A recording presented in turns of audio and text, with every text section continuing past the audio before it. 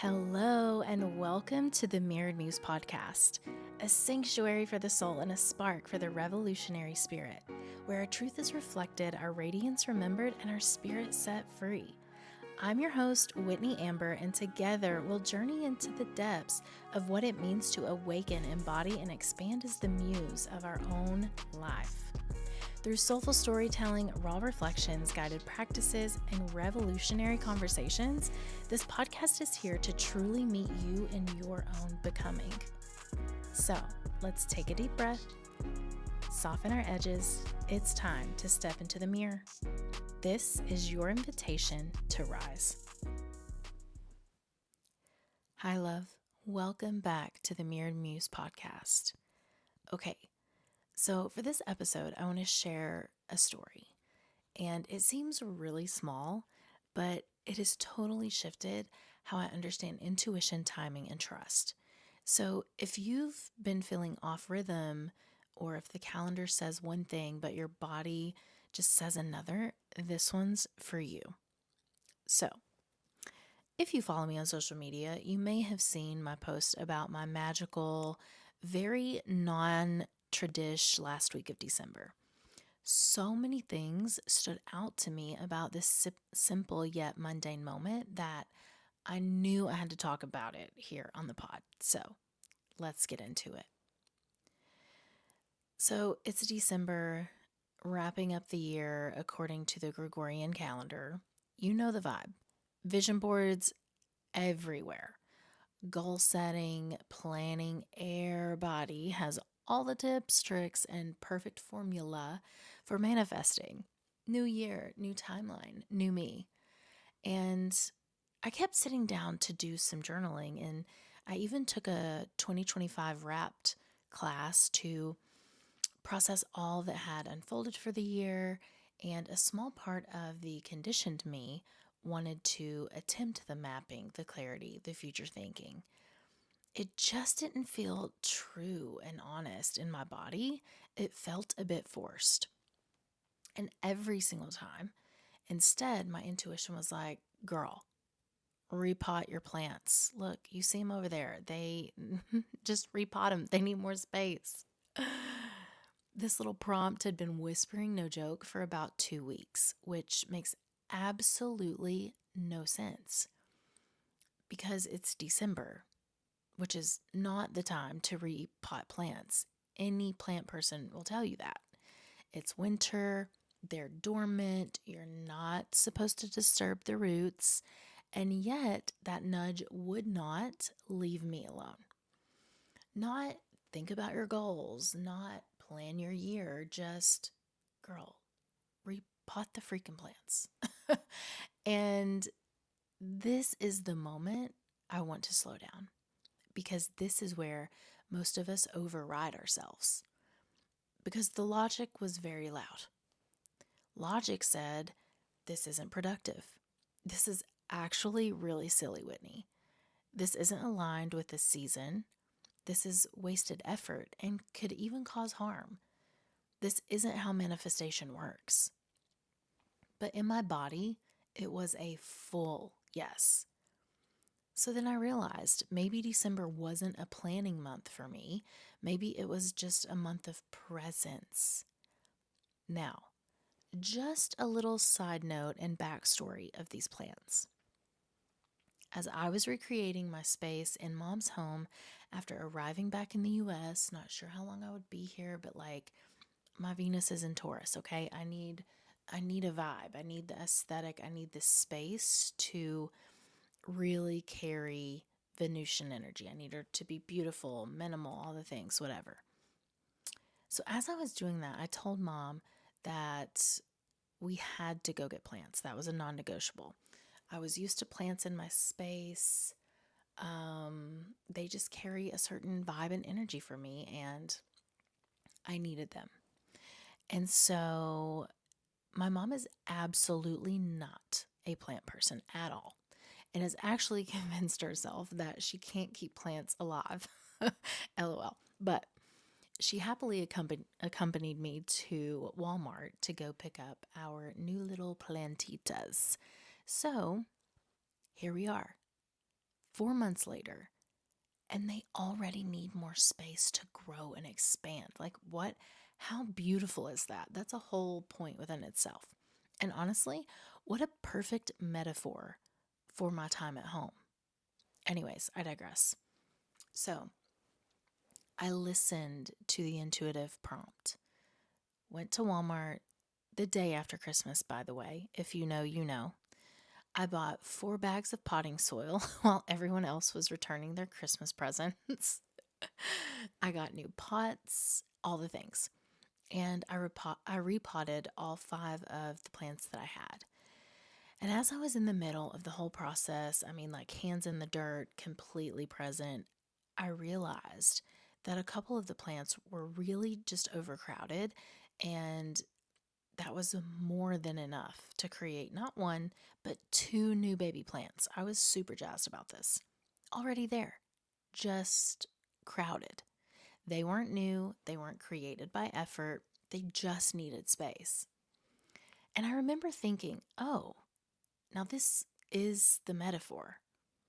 So I placed them each in their new pot, then their new spot in the house, cleaned up the mess I'd made, and I felt exhausted. Yes, this even felt very dramatic in the moment, but I could truly barely hold my eyes open. It was so weird. And this part really matters, okay? This is the nap integration. Because I didn't post about it. I didn't journal about it. I didn't do anything with the insight. I felt it. It dropped in for sure. And then I literally took a nap, like horizontal on the bed out. Because tending life doesn't require immediate output, and rest is part of the exchange. Now, here's the plot twist. So I woke up from said nap with this very clear nudge that said, check your Delta app. Which, again, what in the actual world? It felt so out of the blue, but also maybe not. I don't know. So I checked it, and there they were. Flight credits I didn't even realize I had. And they expire in March of 2026. So they have been there for a year, which is just insane to me. And these were enough to cover a round trip flight back to Paris on spring break. Literally the season when repotting naturally happens and when seeds are being planted. Isn't that interesting? It's as if spring came, I don't know, a bit early. Now, no vision board was made, no scripting, no visualization meditation, just space.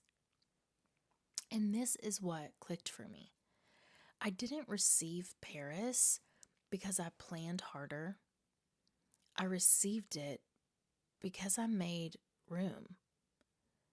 I didn't chase the future, I tended the present, and life reallocated resources accordingly. Plants don't grow because you stare at the leaves and demand more. They grow when the roots have room to expand. And honestly, so do we. So I want to step into this illustration metaphorically for how this deeply resembles my time back here in my mom's home and in my hometown. And it literally being winter, basically, whenever I get home. Because there is this energy of dormancy, right?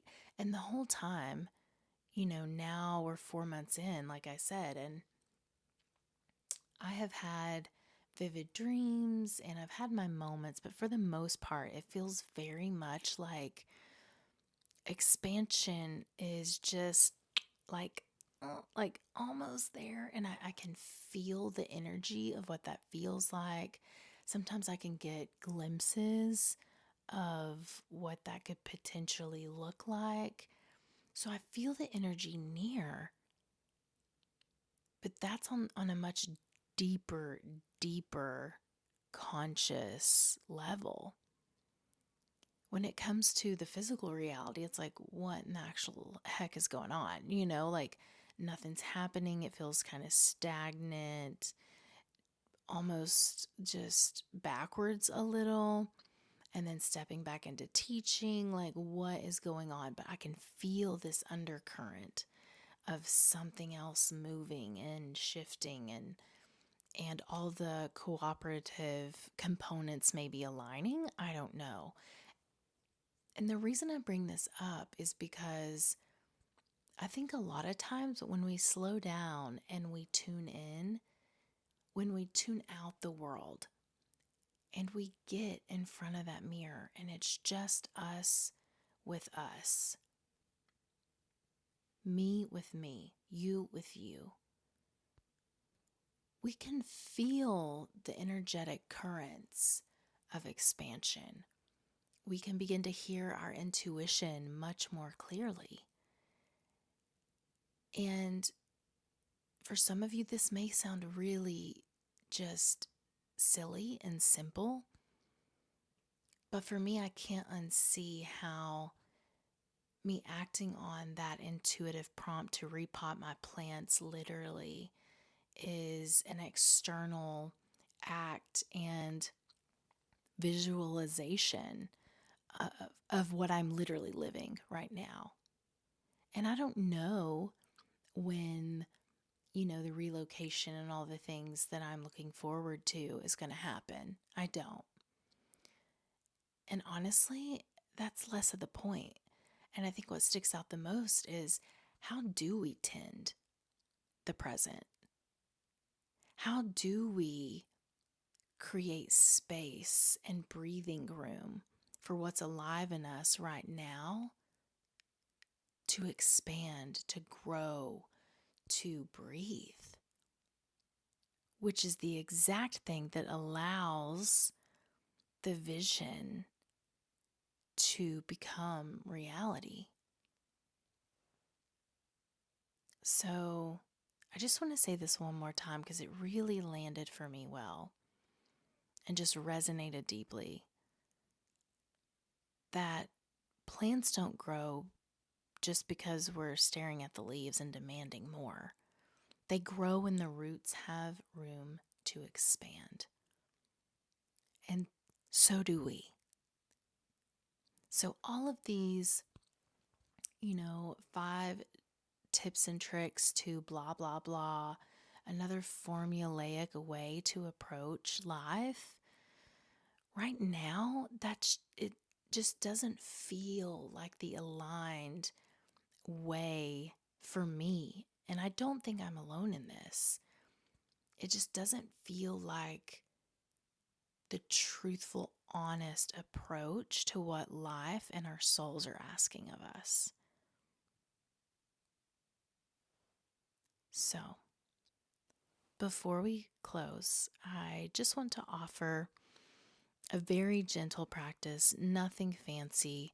You can do this wherever you are. As we close, I just want to offer you a tiny pause. So take one slow breath and ask yourself, without forcing an answer, what doesn't need a goal right now? Just a bigger container. And let that be enough for today.